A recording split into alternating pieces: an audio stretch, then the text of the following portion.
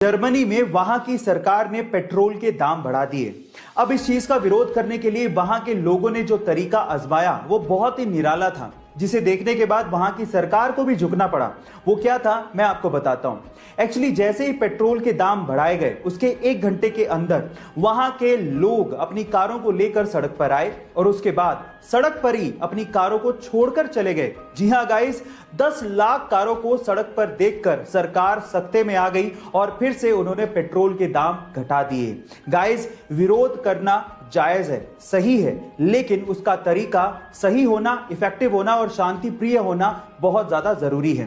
Guys, बड़े दिल वाला किसे कहते हैं, या आज मैं आपको एक रियल इंसिडेंट से बताना चाहता हूं। एक्चुअली हुआ कुछ यूं कि एक छोटा सा बच्चा था जिसके पास खुद की एक साइकिल थी, लेकिन प्रॉब्लम साइकिल के साथ ये थी कि उसमें ब्रेक अच्छे से नहीं लगता था। अब वो साइकिल के साथ जा रहा था, सामने से कार आई, ब्रेक अच्छे से लगा नहीं, वो साइकिल सीधे कार में ठुक गई। अंकल बाहर आए, उन्होंने देखा कि कार में डेंट पड़ गया। अब वो चाहते तो बच्चे पे चिल्ला सकते थे, गुस्सा कर सकते थे, लेकिन उन्होंने उस बच्चे को कुछ भी नहीं कहा। इनफैक्ट उस बच्चे को उन्होंने एक साइकिल भी गिफ्ट की। ओह माय गॉड गाइस, वो साइकिल पाके वो छोटा सा बच्चा भावुक हो गया था। इस इंसिडेंट से आपको मैं सिर्फ इतना कहना चाहता हूं कि कभी कभी बेवजह कुछ अच्छा करके देखिए, आपके दिल को बहुत ही सुकून महसूस होगा। गाइस, भगवान ने ना इंसान नामक एक बहुत ही गजब की मशीन बनाई है। कैसे? एक छोटा सा एग्जांपल देता हूं। क्या आपको पता है कि जब आपको उल्टी आने वाली होती है तो उससे 30 से 35 सेकंड पहले आपका पूरा का पूरा मुंह लार से भर जाता है? कभी गौर करके देखना। पर सवाल ये कि ऐसा होता क्यों है? तो देखो मैं आपको बताता हूं।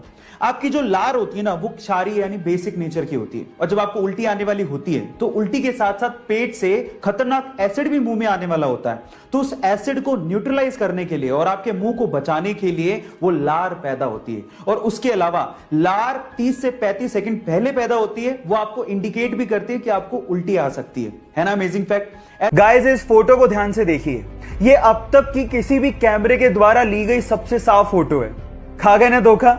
एक्चुअली ये फोटो नहीं है। आप हैरान हो जाएंगे कि ये एक पेंटिंग है जो कि ऑयल पेंट से बनी है। इनफैक्ट ये इतनी ज्यादा क्लियर है कि पहली बार देखने से तो ऐसा लगता है कि शायद किसी हाई रेजोल्यूशन वाले कैमरे से ली गई फोटो है।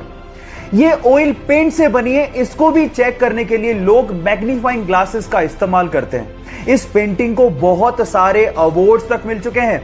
ये पेंटिंग वर्ल्ड रिनोन चाइना के लेंग जून ने बनाई है। तो इस जीनियस आर्टिस्ट के लिए एक हार्ट तो बनता है। एक बार एक चाइनीज व्यक्ति एक एनिमल शेल्टर से एक बहुत ही प्यारे कुत्ते को घर पे लेके आया। वो कुत्ता बहुत ही समझदार था, लेकिन उस चाइनीज व्यक्ति ने एक अजीब सी हरकत उस कुत्ते की नोट की। वो कुत्ता पूरी रात अपने मालिक को सोते हुए देखता था। शुरू में उन्हें लगा कि शायद वो नया है इसलिए एडजस्ट होने में समय लग रहा है, लेकिन जब वो लगातार ऐसा करता रहा तो उन्होंने उसे डॉक्टर को दिखाया। डॉक्टर ने कहा कि ये तो बिल्कुल स्वस्थ है। थक हार कर जब कुछ समझ में नहीं आया तो वो उसी शेल्टर में दोबारा गए। तो जो शेल्टर वाले ने जवाब दिया वो आप लोगों को सुनना चाहिए। शेल्टर वाले ने कहा कि जब ये सो रहा था तब उसका पुराना मालिक उसे उठाकर यहां शेल्टर में छोड़ के चला गया। शायद इसीलिए वो पूरी रात आपको देखता है, कहीं आप उसे धोखा ना दे दो। गाइस, ये बेजुबान जानवर भी फीलिंग्स रखते हैं, इनमें भी संवेदनाएं होती हैं, इनका भी ध्यान हमें रखना चाहिए। जब 13 अप्रैल 1919 को जलियांवाला बाग में जनरल डायर ने सैकड़ों निहत्तों पर गोलियां चलवा दी, तो इस बाग से 40 किलोमीटर दूर एक गांव से 11 साल का बच्चा जलियांवाला बाग की तरफ पैदल निकल पड़ा और बाग में खून से सनी हुई मिट्टी को अपने हाथ में लेकर अंग्रेजों से आजादी के सपने देखने लगा। ये मिट्टी लेकर जब वो घर पहुंचा तो उसने पिताजी को कहा कि पिताजी आप कहां जा रहे हैं? तो पिताजी ने जवाब दिया कि मैं आम की गुठलियां बोऊंगा जिससे पेड़ लगेगा और बहुत सारे आम मिलेंगे। तो जानते हो उस बच्चे ने क्या कहा? उस 11 साल के बच्चे ने कहा कि मैं भी इस खेत में बंदूक बोना चाहता हूं जिससे मुझे बहुत सारी बंदूकें मिलें और मैं अपने देश को आजादी दिला सकूं।